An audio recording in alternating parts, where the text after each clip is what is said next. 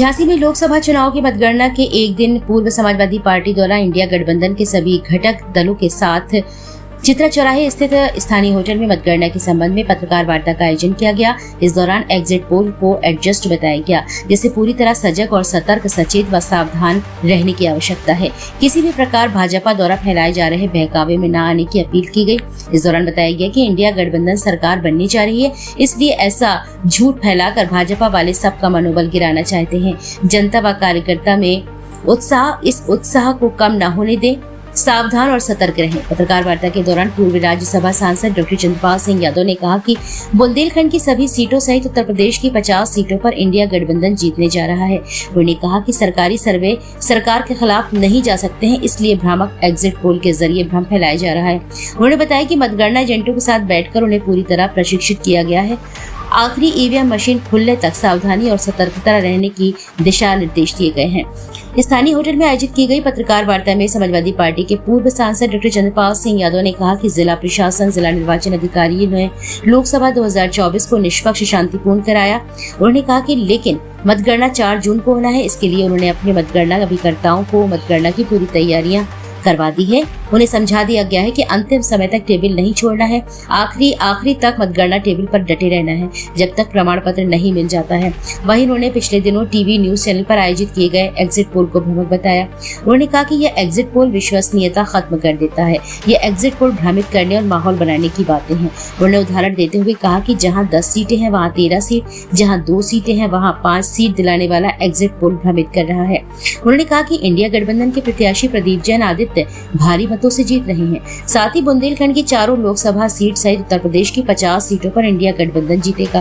उन्होंने कहा कि यह चुनाव जनता ने लड़ा है। गरीब, बेरोजगार, पिछड़ा वर्ग, दलित, हर वर्ग ने इंडिया गठबंधन को जिताने के लिए वोट दिया है। उन्होंने भाजपा पर आरोप लगाते हुए कहा कि चुनाव के दौरान भाजपा ने कई बार देश का माहौल बिगाड़ने, भाईचारा समाप्त करने का प्रयास किया है, लेकिन जनता जाग चुकी है, इसलिए उनकी बातों में नहीं आए।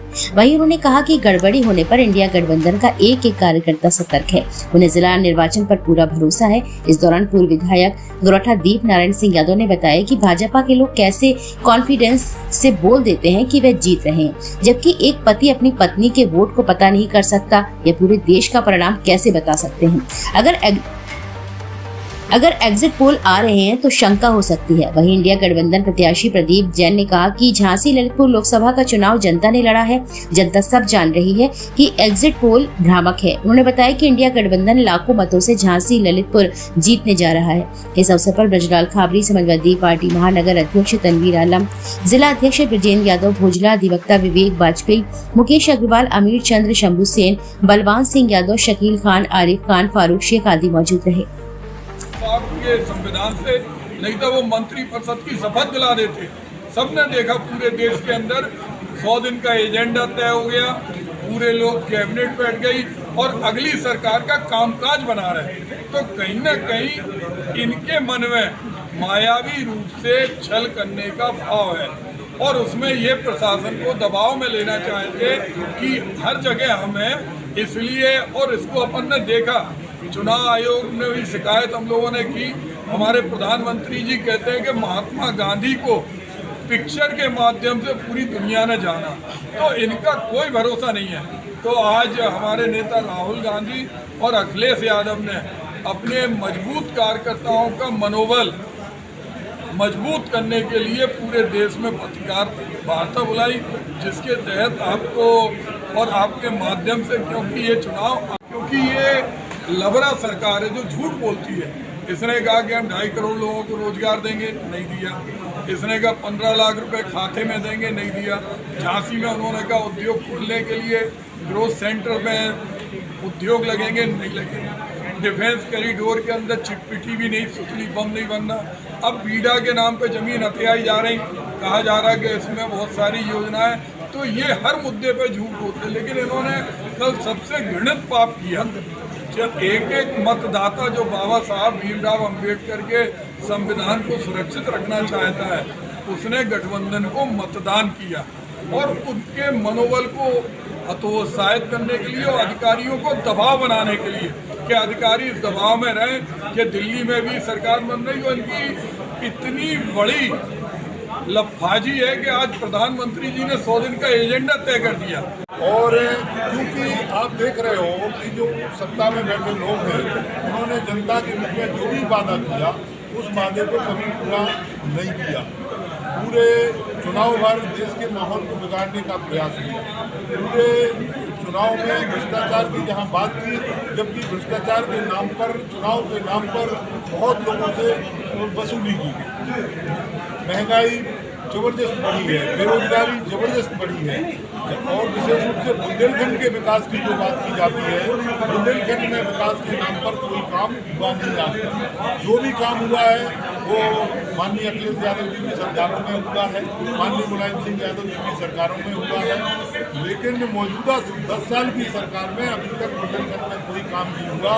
नाम के लिए बीघा के नाम पर जमीन अधिकृत करने का प्रयास किया गया, लेकिन आपने ये देखा कि वहाँ के किसानों को जिस तरीके से उनका शोषण हुआ है, पिछले 3 बार पूरे जनपद के सर्किल रेट बढ़े हैं और उनके सर्किल रेट नहीं बढ़ाए गए क्योंकि उनका 4 गुना उनको भुगतान करना पड़ता, इसलिए उस क्षेत्र के सर्किल रेट नहीं बढ़ाए गए। हम गारंटी के साथ कहते हैं जिस दिन गठबंधन की सरकार आएगी, किसानों को जो उनके साथ शोषण हुआ है उनको न्याय दिलाएंगे, जो भी पैसा है उनको हम दिलाने का प्रयास करेंगे। करना चाहता है, हम चाहते हैं निष्पक्ष हो, निष्पक्ष करने की मांग कर रहे हैं कि निष्पक्ष होना चाहिए, और अधिकारियों को निष्पक्षता से, अगर हमारे किसी कार्यकर्ता के मन में या और किसी पार्टी के कार्यकर्ता के मन में कोई संदेह उठता है तो उसको प्रशासन के अधिकारियों को पूरी तरीके से संतुष्ट करना चाहिए कि भाई ये आपके मन में सवाल उठाए और ये इस तरीके से नेताजी यूपी में कितनी सीटें जीत रहे हैं? हम उत्तर प्रदेश में गठबंधन कम से कम 50 सीटें जीतेगा। पूरी है, वो प्रेस नोट है जो लोगों ने मेहनत की है, श्रम किया है, जी अपन लोगों के लिए समाजवादी पार्टी के काम, कांग्रेस का संघर्ष लोगों तक पहुँचा है, लोगों ने समर्थन किया है, वो अब पेटी के अंदर बंद है। अभी करता जाकर उस पेटी खोलना है। जनता के बीच में जब आप भी गए हैं, लोग भी गए हैं, बहुत सारा प्यार इसलिए मिला है। जिनके हाथों में कानून की, उनके प्रति निराशा थी लोगों को।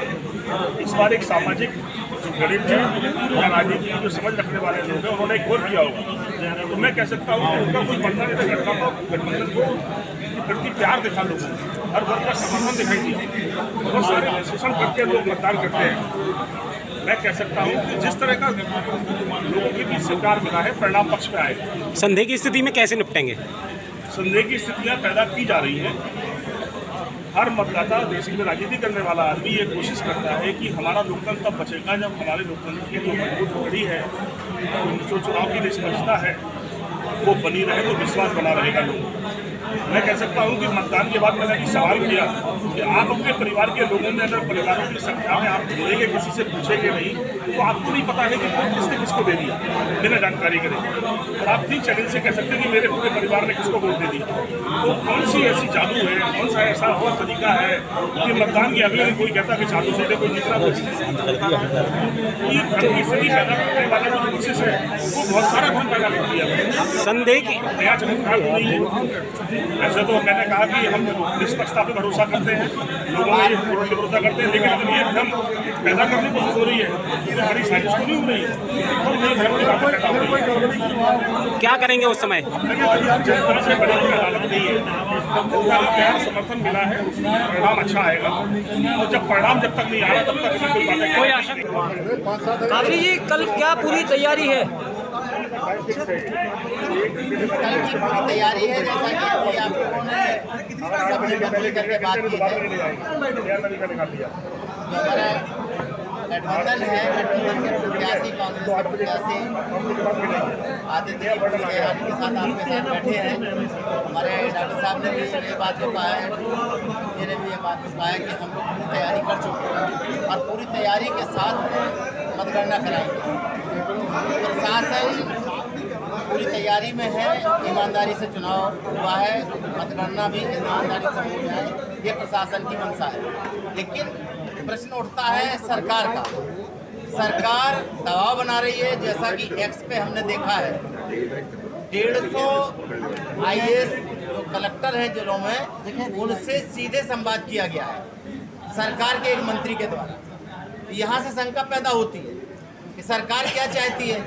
प्रशासन और सरकार के बीच की जो मिली भगत है। चुनाव आयोग ने डिटेल मांगी तो है उसकी कांग्रेस से। कांग्रेस ने प्रेस करके इस बात को कहा है और कांग्रेस इसका पूरा निकाल करके आयोग को दे रहे हैं। इस पर बड़ा बवाल मचा हुआ है पूरे देश में कि एक सरकार का मंत्री कैसे 150 जिले के अधिकारियों को टेलीफोन कर सकता है। ये बड़ा विषय है, छोटा नहीं है। तो मंशा यहाँ से खराब होती है सरकार की। प्रशासन चाहता है ईमानदारी से, क्योंकि लोकल स्थिति जो बनती है उसे प्रशासन झेलता है। प्रशासन ईमानदारी से काम करना चाहता है और कराना चाहता है, लेकिन सरकार की जो मंशा है, एग्जिट पोल को देख लीजिए आप।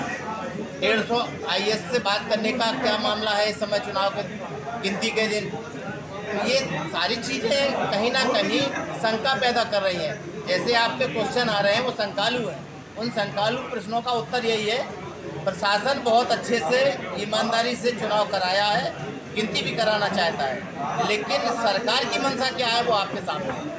कहाँ पर कितने एग्जिट पोल दिखा रहे हैं और एग्जिट पोल की स्थिति, अभी विधायक जी ने कहा एग्जिट पोल है कि एडजस्ट पोल है, तो ये एडजस्ट पोल है, एग्जिट पोल